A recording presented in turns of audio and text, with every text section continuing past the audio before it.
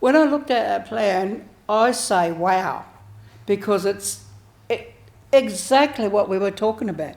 This community centre will open up our local area and join those communities together again. The bridge is what it is. It's a bridge that they will understand the culture and not be afraid.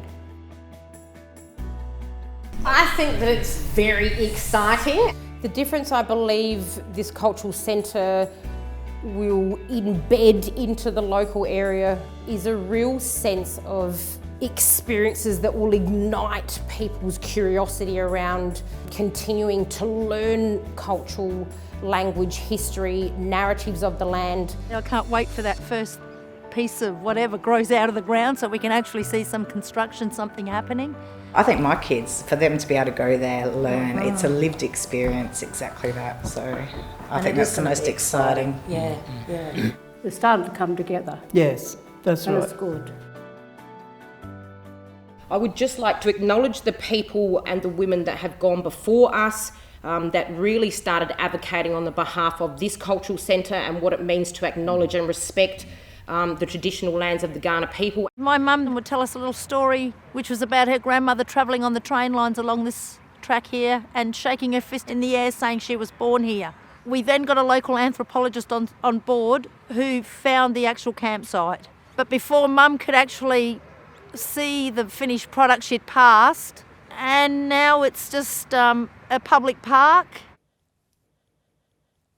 This has been a long struggle of the Aboriginal community first to get this cultural centre. We do want one, but we want it to fit our community as well as non-Indigenous people.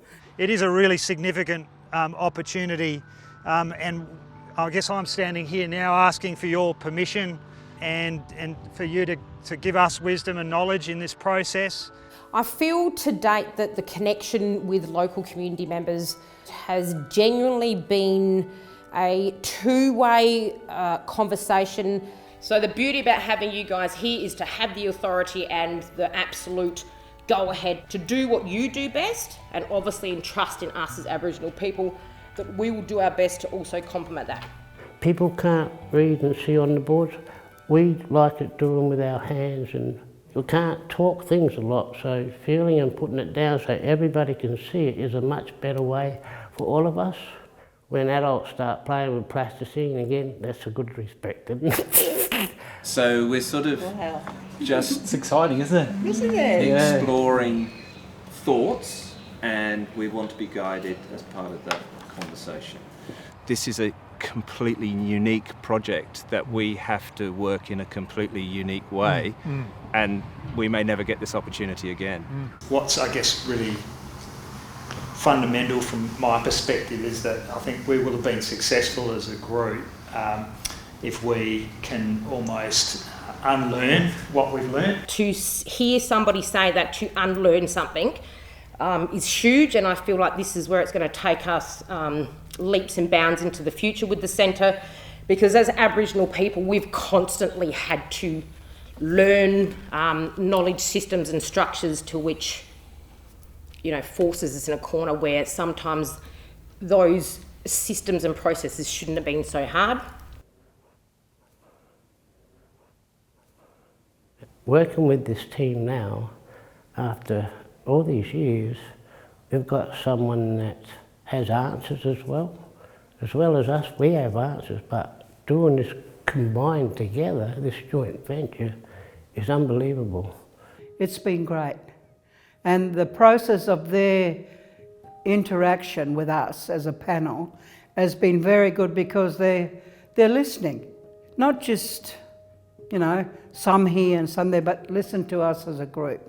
It's interesting to see that they've taken everybody's concept of our perspective of culture and how we can fit it into that, growing this new enterprise for us.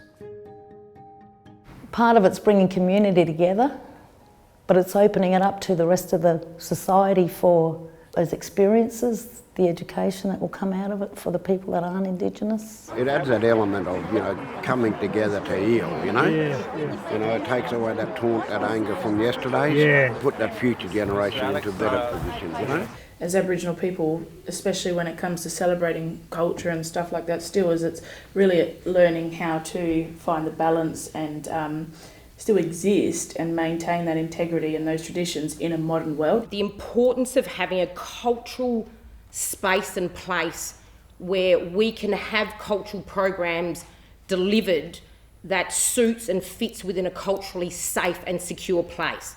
It's an opportunity to have business culture, have the Port Adelaide Enfield Council there. It has a huge opportunity to share an exchange of not just local, national, but international learnings. I hope everybody enjoy it, not just 2 or 3 cultures, a whole lot.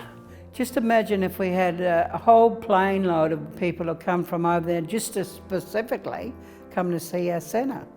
What kind of mending the fence would that be for us?